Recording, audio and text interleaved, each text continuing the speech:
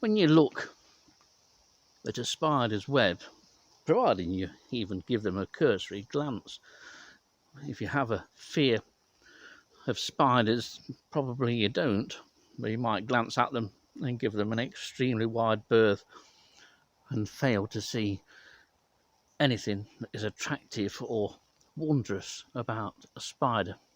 But even though physically you might not like the spider, you have to admire the ingenuity of a spider's web, and especially an orb weaver such as this garden cross spider, sometimes called just the garden spider.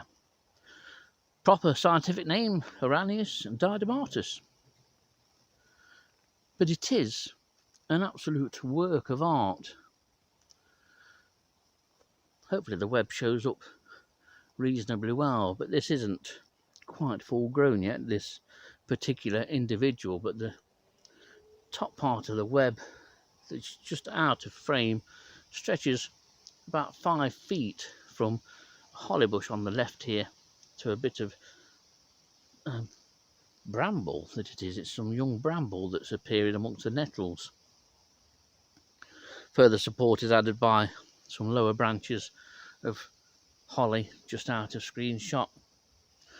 And once that initial triangular framework is in place, the spider sets about by producing all the spokes or the radials in the web, decide exactly where it wants the centre of its web to be. Initially webs that, finishes off all the spokes, so you have like the spokes of a bicycle wheel, and then it starts work on all these little cross webs that you can see, these lines. These are relatively untidy, but the majority of some species, the precision of the gaps is, by eye, it looks mathematically perfect. This one's got a bit more practicing to do, but it is amazing that a spiderling that makes its first ever orb web knows exactly how to do it. Absolutely stunning and a complete work of art. So you really do have to appreciate spiders, even if you don't like them. If man could create a material with the same elasticity and strength of spider's silk, it would literally change and revolutionise the world. It would be that incredible. I doubt whether we'll ever do it. The spiders are able to produce an array of different silks and strands of silk, often incorporated in a number of strands at the same time, depending on what the spider is constructing. And saying this is a juvenile female or subadult female, how do I know that? Well, tucked up just out top left of screen, there is a male in waiting.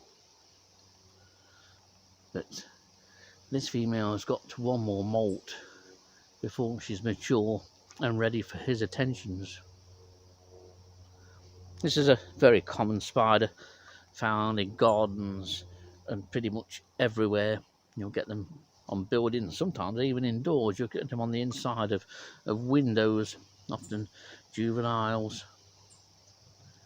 But quite marvellous things, and they always, for some reason, sit in the web upside down.